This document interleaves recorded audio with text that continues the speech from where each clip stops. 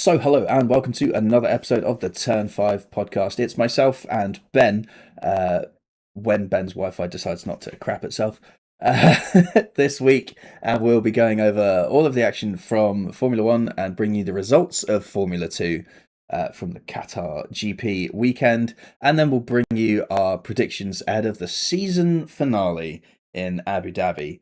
But before we get into all that, last Wednesday, a piece of news dropped from the Aston Martin garage saying that Adrian Newey will be the team principal next year, with Andy Cowell stepping back to become the chief strategy officer. Ben, what do we make of this move? Um, well, I think good but weird because he's obviously going to be he's like the pinnacle of what he does in F1. But then there's also the fact that they wouldn't have planned him to be team principal when they signed him, I don't think. No, I think very much he was you come, you build us a good car, excellent. And then they've gone, actually, you know what? Do you want a pay rise? So hilariously, this is inadvertently a massive middle finger to Christian Horner, because Newey's just going to go out there and do his job. Say, I don't need him anymore. I don't need your team, and I don't need you. I'm gonna do it all myself. It's gonna be a very interesting start to the year, purely because that man knows how to design a rocket ship, and now that man gets to call all the shots. But is this going to detract from the amount of time he can actually spend designing the car? Yeah, but then would would he even sort of still be the lead designer and just be like, I just call the shots instead and be like, oh, we wanted to develop the side pod or whatever, and thinking of doing that. I've heard no news on whether or not he will be carrying on in his design capacities. But you've got to assume the he's built the car and he's going to go, this is now my car, my team, my way. And he'll then, as team principal, essentially get the overriding say on which bits of the car they need to focus on upgrading. Yeah. So, and then he's obviously going to have like drawn up a sketch and then just pass it to the design team and go make that CAD. He's 100% going to be sat on the pit wall just doodling out the next crazy upgrade for the Aston Martin. The Crofty's going to love it when he's on the pit wall. That's sketch. There's a race going on. Don't care. That side pod looks terrible now. We need a new one. Oh god. So, and also, I haven't seen this actually like published anywhere, but it was something that Crofty mentioned. They are making a documentary about the life of Adrian Newey. So, wow. As someone who is interested in mechanical and aerodynamical engineering, aerodynamical is totally a word, and I haven't just made that up and butchered it. I'm quite looking forward to that. I believe it is essentially just going to be a docu-series version of his autobiography, but who knows? Who knows? It's got some pretty big money behind it, so we'll see with that. That was about it in terms of news ahead of the Grand Prix weekend. We did have a couple of bits and pieces break too. We had F1 Academy. Aston Martin have announced that they've signed Matilda Pats, who was the wildcard entry for Montreal. So, Canada. Well, I say Canada. She's the wildcard entry for Montreal, but she's German. So, yeah, It'll be A interesting to lot of the see. wild card are getting signed on then. Yeah, that's typically how it went last year, and Yeah. this year seems to be following suit. She has done French F4 and has scored 2 wins in the E4 championship and a podium finish in F4 Central European Zone Championship. She finished 8th overall in that series, so not too bad there. So, be interesting to see how she did. Obviously, I think Canada was the round that got cut short because of the weather. Yeah. So we didn't actually get to Yeah, see a lot of her because they only had the one race, and then they did 3 in Miami. So there we go. And then lastly, all the news is Aston Martin this week. Literally this afternoon, Aston Martin have announced the launch date for their 2026 car will be. It's going to be called the AMR 26, as we expected, and the launch is on February 9th. They haven't given us any more details than that. Just February 9th. actually no, yeah, because the cars are different, so it might be their actual car. But this is very true. It'd be wild for Newey to just go make a fake one, but actually, it's going to be the real one. And we're going to have 3 cars. We're going to have a T car, spare car. That would be a bit nuts. Yes, that wraps up the news segment. Yes. That's where Newey spends all the money on designing the car. We don't need anything else. What you on about? Yeah. Sprint quali. Piastri take pole. Yeah. Guess who's back? I feel like I'm semi-vindicated in what I said about he doesn't like low grip circuits and he likes high grip circuits, because this most definitely is a high grip circuit. Yeah. And he popped it on pole. It's either that or they've swapped Lando's and Piastri's car around. All right, tinfoil. But just your way more. In fairness to Piastri, he found almost an entire second from his Q2 to his Q3 time. Yeah, no, the McLarens just seem completely flipped now. Piastri got in the car and seemed fine. Yeah. And Lando seemed to be struggling. He seemed there or thereabouts, but he couldn't just string it together, could he? Yeah. Still. But yeah, Piastri's Q2 time was a 1:21.005, and his Q3 time was a 1:20.055. 9.5 tenths he's found. And the track evolution was. Yeah, the track evo was insane. Lando Norris found nearly 7 tenths. George Russell found over a second. So, yeah, hell of a lap from George. Hamilton 18th. Back to back 18ths. That was fun. Ouch. They have had a bad weekend. It's funny that Gasly said that Ferrari looks horrible. From an Alpine? Wild.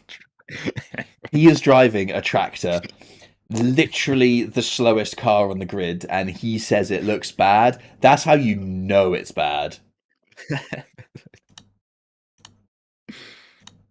Obviously, then we had the sprint.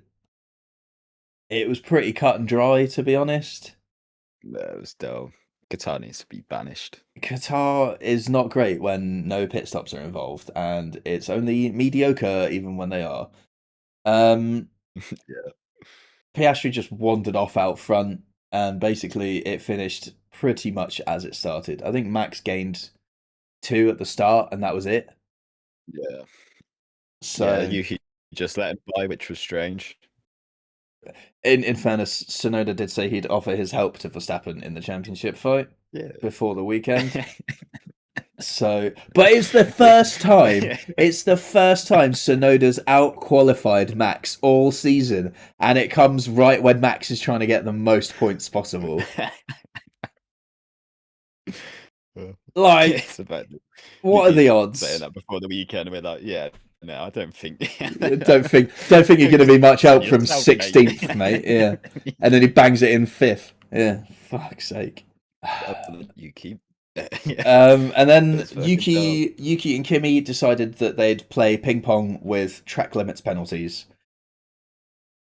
Yeah. So that was about the most exciting bit that happened in the sprint, I think, was the ping pong. So yeah, Sonoda had a penalty, which meant he would have lost a place to Kimi, and then Kimi picked up a penalty as well. So they both had 5 seconds added on, and nobody moved anywhere. Brilliant. Yeah. So. Hamilton made it all the way up to 17th, and Leclerc dropped down to 13th. So, cracking weekend for Ferrari so far. It got better. Hamilton qualified 18th again. That is 2 Grand Prix in a row and 3 qualifying sessions in a row. The man qualified 18th. Ouch. Somehow, Gasly managed to find some pace, and instead of qualifying in the bottom 2 with his teammate, he got into Q3. Insane. Out-qualified Charles Leclerc. Yeah. Sonoda decided to return back to form and qualified 16th. Yeah, that was quite fun. We were all sort of expecting you just to get a Q3 again as out in Q1. Yeah. Wow. There we go. Yeah. Normal service resumed. Yeah.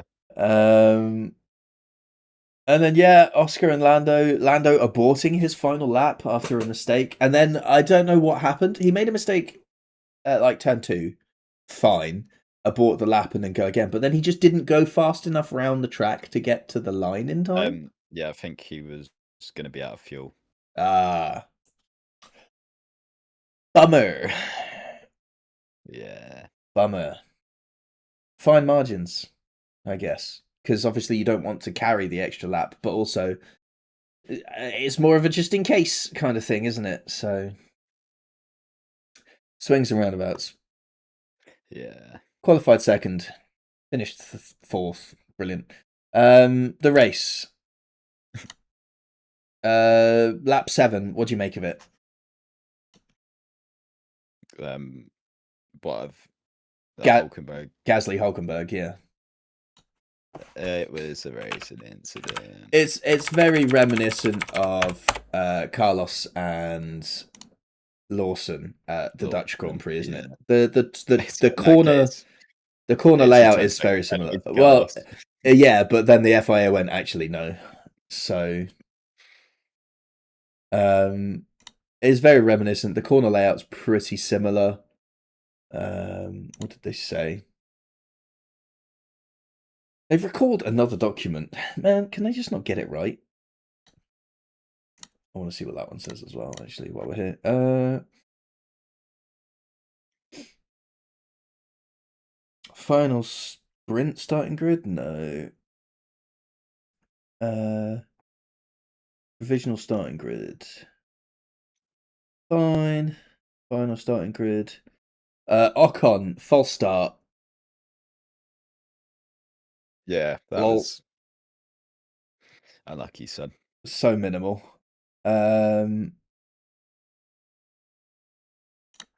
Decision. Car 27 alleged causing a collision. Interesting. No further action. So they were gonna give the penalty. Well, they gave the document to Hulkenberg. Did he initiate the contact? Well, I mean, he put the power down and his car drove into it, basically. Yeah, so, that would be. Car 27 was overtaking on the outside and was entitled to the corner. However, Car 10 made every attempt to give room to 27 and did not open his steering. Car 27 still has room on the left at the exit of the turn. Accordingly, we determined that no driver was predominantly at fault. So no further action is warranted. Fair enough. They've gone, it was 6 of one and half a dozen of the other, so carry on. Yeah, it was a bit unlucky, really. Yeah, it was. Alleged driving in an unsafe condition for car 6. What's Hajar done? Oh, that's a summons. Brilliant. Oh, decision. Fine. No further action. Okay. So the driver reported to the team that the wheel guard was moving. But they provided document to say that it'd be fine. Basically, they showed them how it was made, and the FIA was satisfied that the structural integrity wasn't compromised.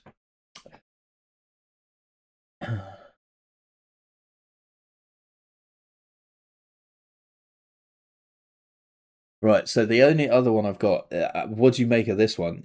Car 87, 10 seconds stop-go penalty. Released in an unsafe condition. I didn't see much of this. I saw the replay from the T-cam, but I saw nothing else. Yeah, that's what we got to see. Yeah. It's obviously harsh, but I'm guessing rules are rules. So, do you want to see what the stewards have said? They reviewed video evidence. The left rear wheel was not attached. The left rear wheel was not attached to the car during a pit stop, and the car was released and moved such that the rear of the car was at the end of the pit box. The regulations provide that the car must not move from the pit stop position, and we determined that the definition of the pit stop position is the position where the car is normally located when it is stationary for a pit stop. Therefore, a breach of the regulations has occurred, and this breach requires a mandatory penalty, according to the regulations, of a 10-second stop and go. Oof. Dang. Yeah, the moment he got that, you knew that he was going to do that penalty and then retire. Yeah. It does bring to an end his record points run finishes for Haas. Which is a shame. He was doing really well. He's done so well at the end of this season. I think he had 5 points finishes in a row, which is nuts. In a Haas. Yeah. In a Haas. So, mad. Yeah. Other than that, basically everybody pitted at lap 7 except the McLarens. And everybody pitted on lap 32 except the McLarens. Is this, in your opinion, a backfiring of their attempt to keep everything fair? No. I think it is. And I think it is because if they had pit on lap 7 with everyone else, someone was getting held on release. And if it's Oscar, then it fucks both of them. And if it's Lando, then it's deemed unfair because he's been held while everybody else comes steaming past in the pit lane. Yeah, but then you could just say Lando should have been better in qualifying. True, but... Or had a better start. I don't know. I feel like... what way it goes, it would be like, oh, that's unfair. Yeah. Like that. People would chat. Yeah. I think Lando should have been more authoritative as the second car and gone, you know what, nah, fuck it, I'm pitting. Yeah, you could tell that he wanted to pit. Yeah. And it would have, I think, earlier in the season, they might have split the strategies. Yes. Yeah, earlier in the season when it's not quite so crucial and quite so close, then fine. This wouldn't have been an issue. Yeah. And even as recently as like the Italian Grand Prix or somewhere around there, they would have no question about it, just gone, yeah, pit. have at it. Yeah, I think in their side, it still would have showed them without pitting being able to easily win the race. It's a tricky one, isn't it? Because So, Oscar clearly had the overall pace to win that race.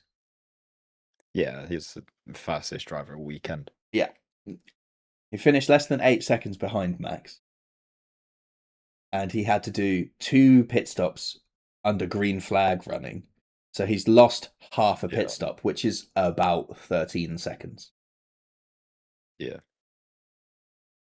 It doesn't take a genius to go, well, that's more than 8, so he probably would have finished ahead. But we don't know, because Max is pretty damn good at defending. He's no Fernando Alonso. I don't know how that man does it, but that thing is an absolute boss.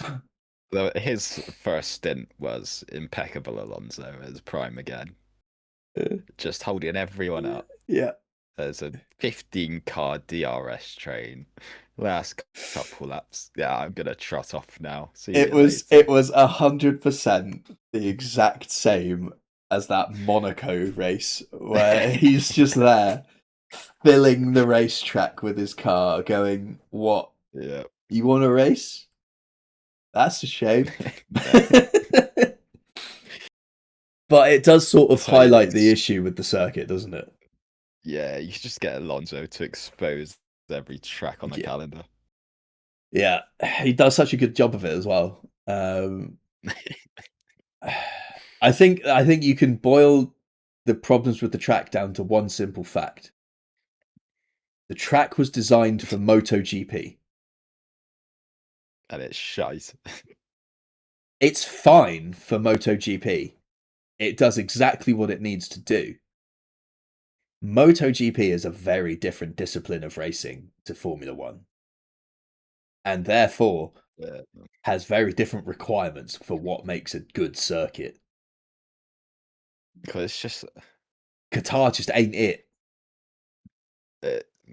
It's the saying of it's Monaco without the rules. But it literally is. But that's what we say about Hungary. Now we're having to apply it to Qatar as well.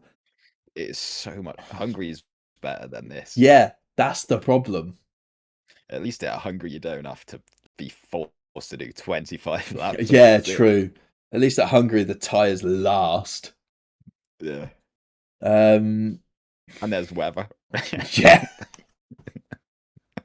Yeah, weather beyond a sandstorm. Yeah. Right. 4 DNFs in the end. Hulkenberg, Behrman, Hadjar and Stroll, they DNF'd as well. Gasly, Ocon and Colapinto finished a lap down. Can't really say I'm surprised about that. Hamilton managed to get up to 12th. Didn't really catch that in the broadcast. I think he got screwed over at the pit stops a little bit as well. I mean, literally everybody else came in.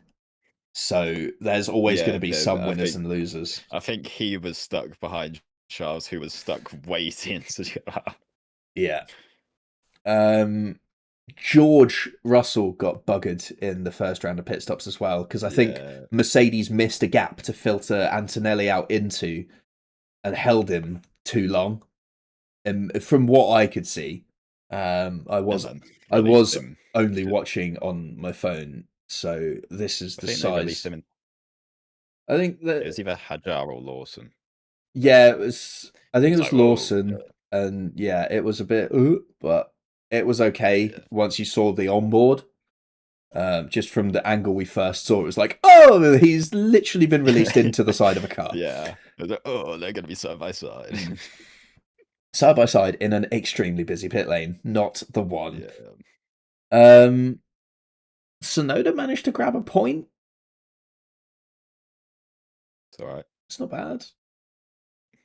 Charles Leclerc got 8th. Changes absolutely fucking nothing. And then fucking Carlos Sainz got podium. I feel like Yuki could win in Abu Dhabi. Let's just nobody give a shit. It still changes nothing. Nobody gives a shit. It's ridiculous, isn't it? Yeah, Carlos grabbed another podium. Good strategy. Good drive. Yeah, Well judged with unexpected. well judged with Antonelli as well. Yeah, I feel like some definite. He was 5 seconds slower on the last lap. What, Antonelli? Yeah, Well, he had that swapper, didn't he? yeah. That's what I mean. For some, I don't know. He had an issue like turn 10. I don't know if that was the penultimate lap, wasn't it? Yeah, His head's probably just dropped. He's gone. There's no fucker behind me. I don't need to race as hard now, does he? So yeah, also true. he's probably Bringing the podium, ruining the fact that he's just lost a podium position. Well, not quite a podium position. So but because he was catching Carlos, yeah, he got within he got within a like couple of what, seconds. 2 seconds. Yeah, So probably just caught a bit of the turbulent air. Got a bit of oversteer mid corner. Had to correct it. Has wandered off wide, and then we've rejoined the camera feed from the helicopter. He's practically off the circuit, and Norris is diving through on the inside. So, yeah, and it was like, thank you, Kimmy. We'll take that. and then a great bit of team radio from GP. Looks like he's just waved him through. In fairness to GP, he did go and apologise after the race. It looked like basically GP had only seen what we'd seen, and didn't Yeah, and see in fairness to the GP, incident. Max Verstappen only has 3 other drivers that were fucking and let him through all the time. Well, yeah, true. So, Yeah, it's not normal that you get a help from another team, is it? Unless you're Red yeah, Bull. no. Um, Yeah, it's unlike Danny Rick to pit for the fastest lap when he's P72nd. yeah, exactly. Get your fastest lap, son. It'll be great. Yeah. Um, yeah. So, I mean, I've lost my train of thought, to be honest with you. Lando fourth, 12 points. The gap now. Big. The difference between 5th and 4th was huge. Yes, very important 2 points that, because now Lando can finish Yeah. third. And he Literally set up. any podium position, and Lando's won the championship. Anything beyond that, it starts to get a bit iffy. And we end up in permutation land, and I really can't be asked to go through all of them because there's numerous. Basically, Max needs to win. Oscar needs to win. Oscar needs. has to win. I feel like, especially after the race, it looked like Oscar was very down and feel like that's probably my chance gone. They both need Lando to have a shitter. What? Dramatic zoom. What was that, son?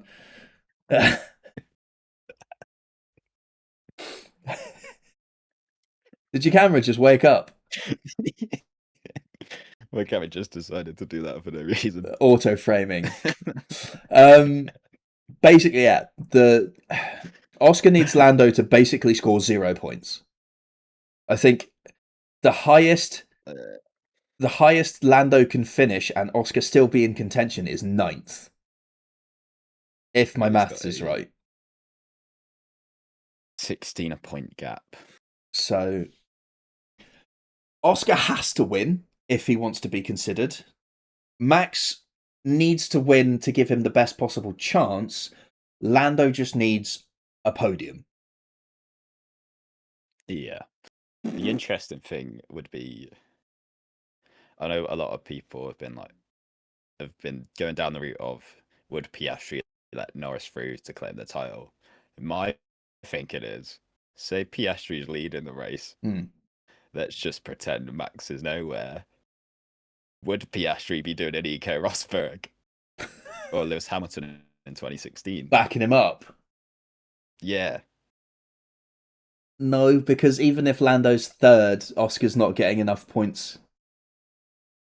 So say, what, Lando would have to be 6th or whatever, wouldn't I think he needs to be almost out of the points. In that case, would you see Verstappen being a little Lewis in 2016, backing him up?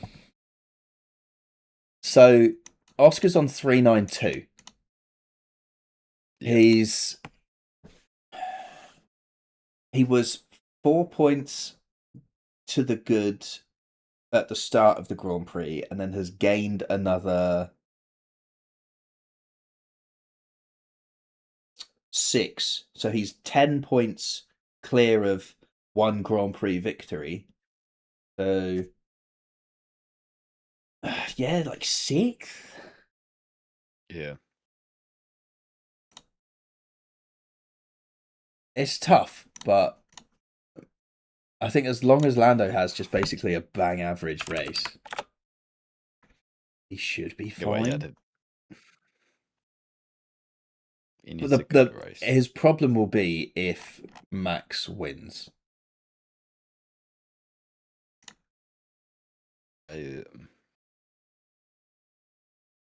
Right, here we go. I think his problem would be is if Mercedes are there as well on pace. So, simply put, if Norris finishes on the podium in Abu Dhabi, he's done it. And if he doesn't finish on the podium, as long as he finishes above the other two, he's also done it.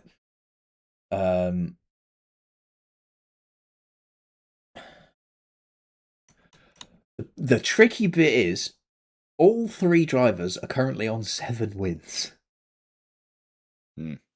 So basically, whoever wins that race, if they go level on points, they've won. Has won. Yep. But if they don't win, say Max doesn't win, say someone like George wins, Max comes second, but outscores Lando by 13 points, Lando wins the championship. I think, 12 points, sorry. Yeah, if he outscores him by 12 points, Lando will still win the championship because Lando has so many second places. Big. So, what would that be? So, second place is 18 points.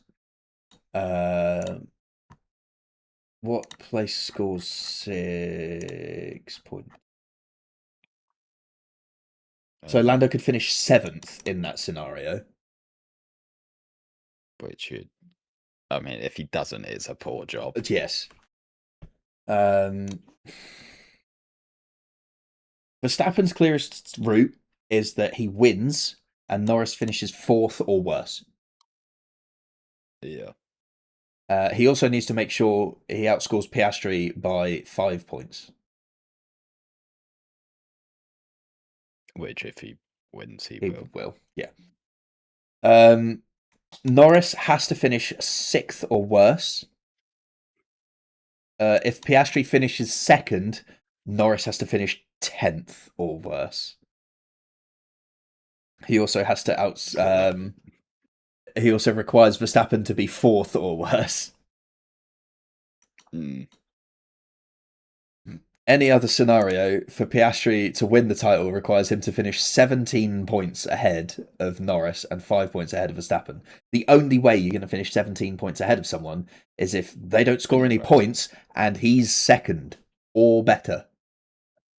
Yeah. So, yeah, it's all to do.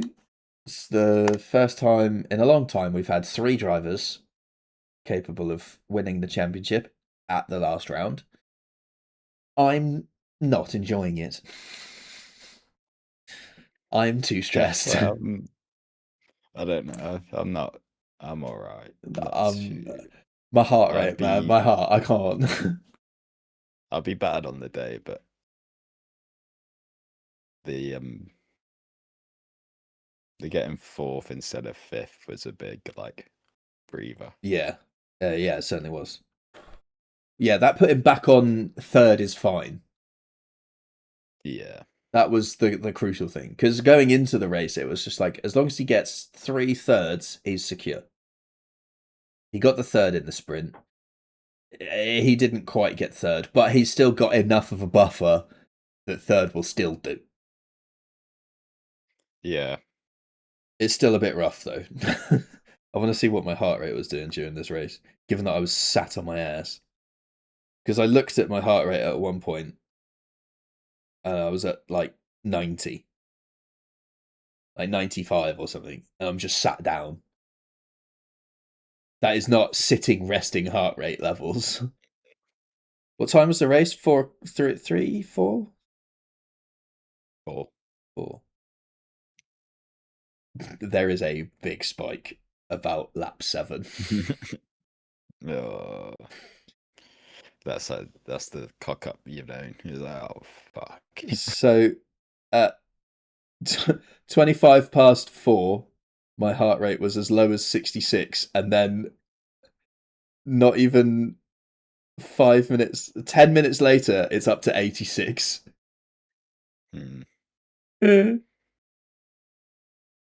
I got up to 98 at 5 past 5. I got 100 BPM at 20 past 5. That's like the end of the race, isn't it? Yeah.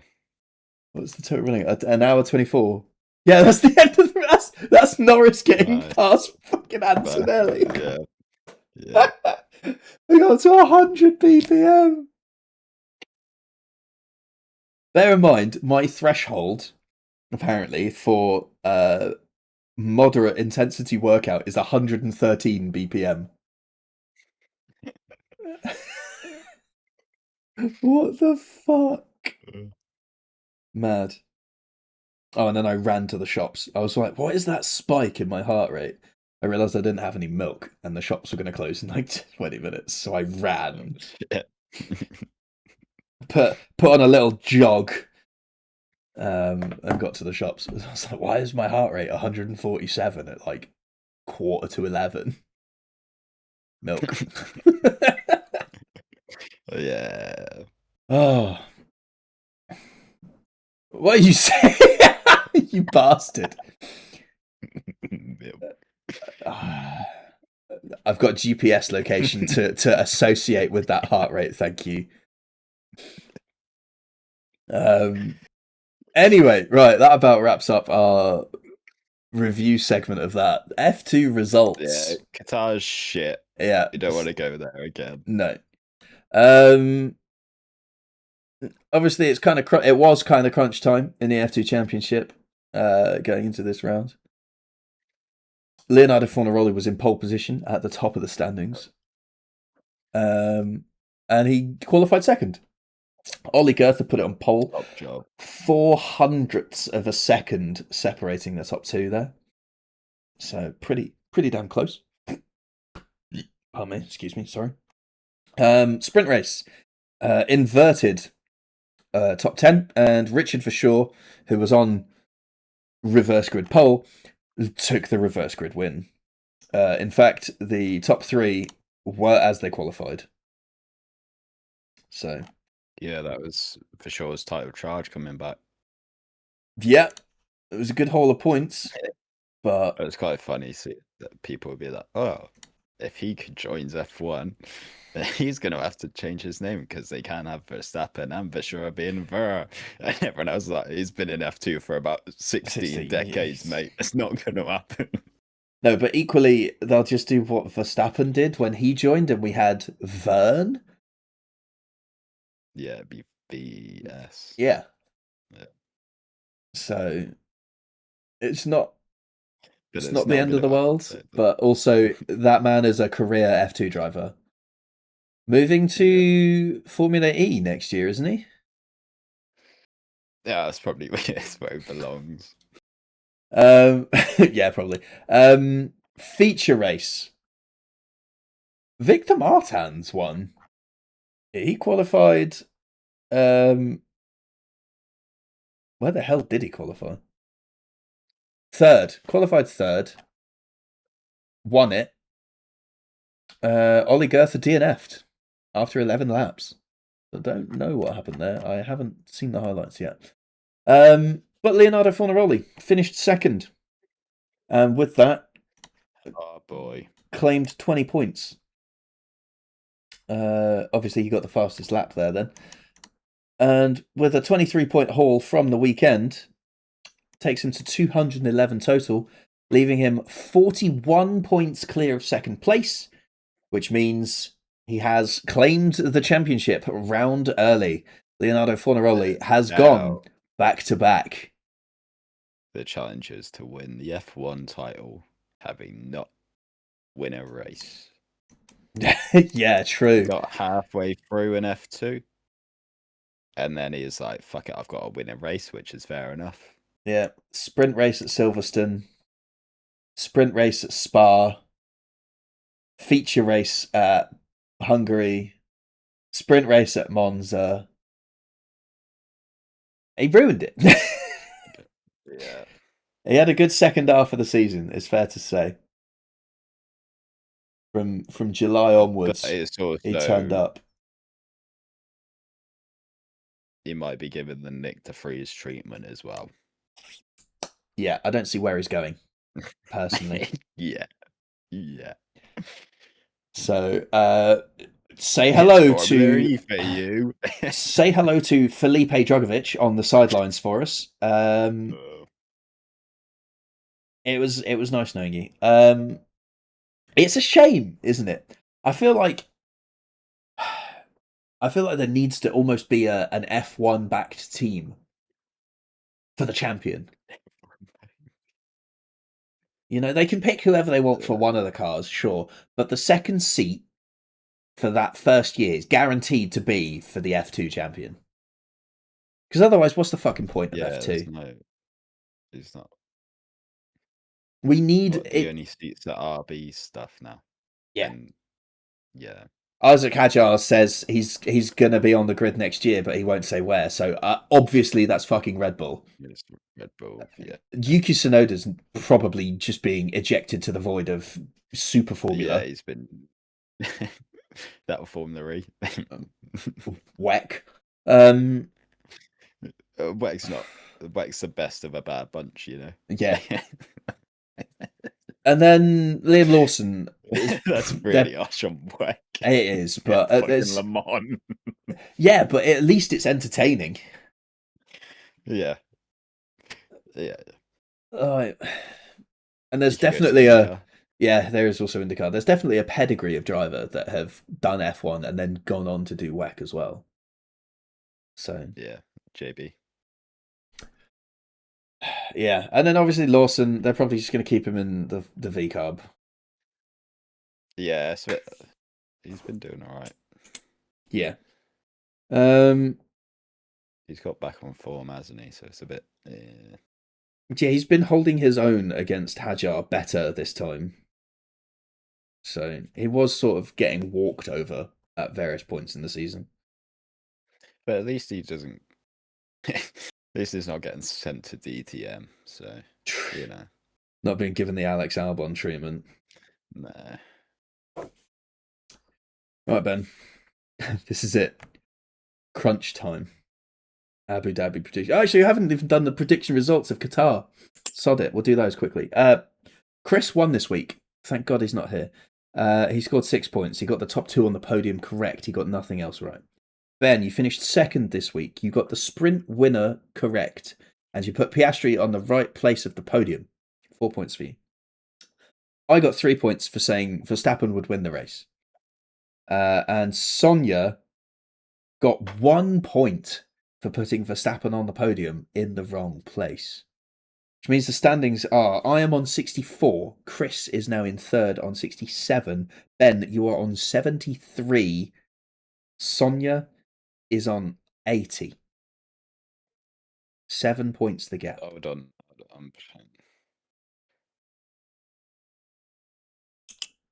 So apparently, Fornaroli's signed with an F1 team. Oh? So it's likely to be a reserve driver next year. That is the only thing I can see being a realistic prospect.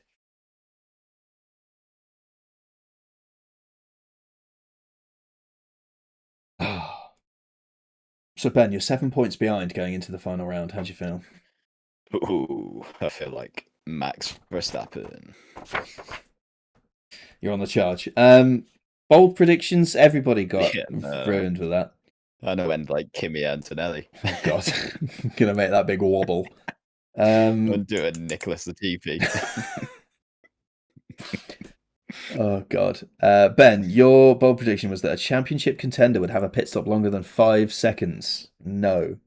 Chris said that there would be some safety car fiasco. I'm assuming he meant for like gravel or debris or something. But no. Yeah. And I said Piastri would finish outside the top 5. He returned to form, so no. Lap down showdown. It was Ollie Behrman on lap 42, and he DNF'd. So I was the only one closest with the lap, and that was the only positive out of anyone's predictions. So dead round there. I'm 16 points behind in the championship predictions. Wow. For me to win, You didn't. I require a perfect weekend, and I require Sonia to score 0. So you cannot predict. I cannot predict anyone better than anyone that Sonia would predict, basically. But I don't think that's where I need to be aiming. I just need to beat Chris. To beat Chris. I'm only 3 points behind Chris. This is doable. We're gonna cheat. We're gonna look at last year's results. And we're just gonna do the same again. Was that Lando Charles?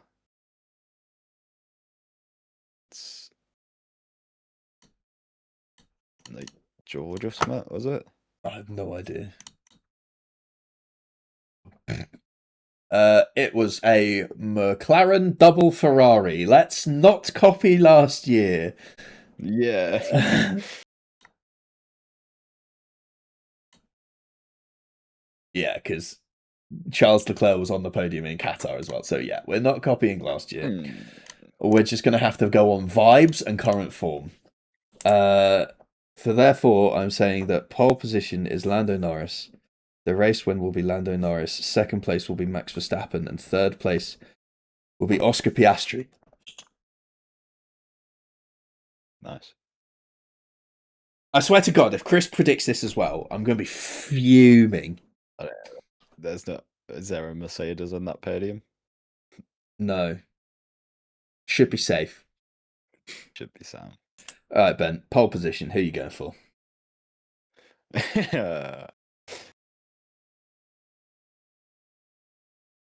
Oscar.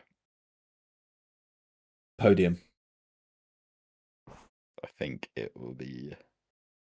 Oh.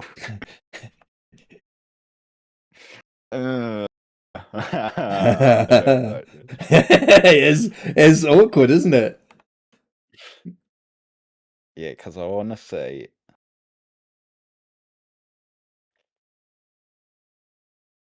Let's say.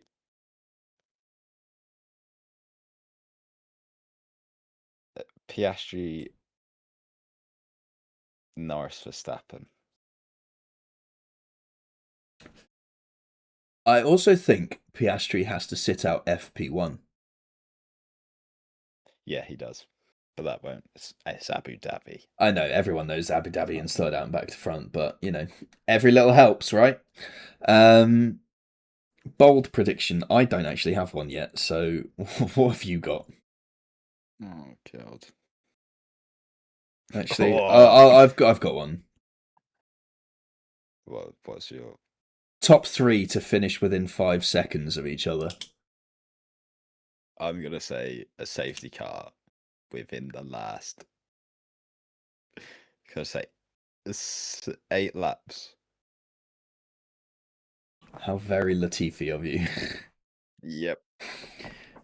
All right, lap down showdown.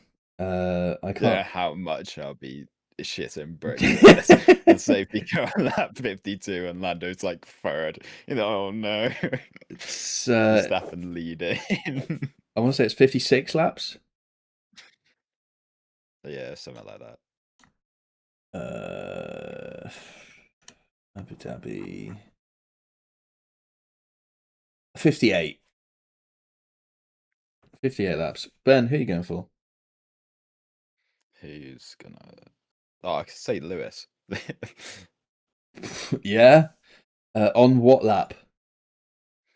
On lap 35, and he'll retire because he can't be bothered anymore. So it's fair enough. I am going to say Esteban Ocon. Why not? On lap 46, and he'll finish one lap down. And we'll get everyone else's predictions as and when they can. I've asked Sonia, but I asked her quite late, so that's my bad.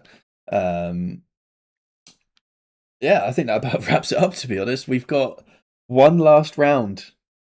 One last throw of the dice. I don't think I can take it, mate. God, that's what we live for. I know, but also my poor heart, my blood pressure. I sort of want a, like, I don't. The reality of this would be awful, but part of me really wants like a JB recovery drive to win the championship for Lando. Oh my god! I mean, as amazing as that would be, I think I would have a breakdown. Yeah. I think I might die. You see the result of quality and see Lando's P14. Oh god! Not even that. Not even that. He's P3, but spins at the first corner and then ends up at the back of the grid, and then has to come through. Yeah. Oh my god! No. I think actually my heart rate would cross into moderate. I'm working as well because it's December, and basically time off in December is gold dust.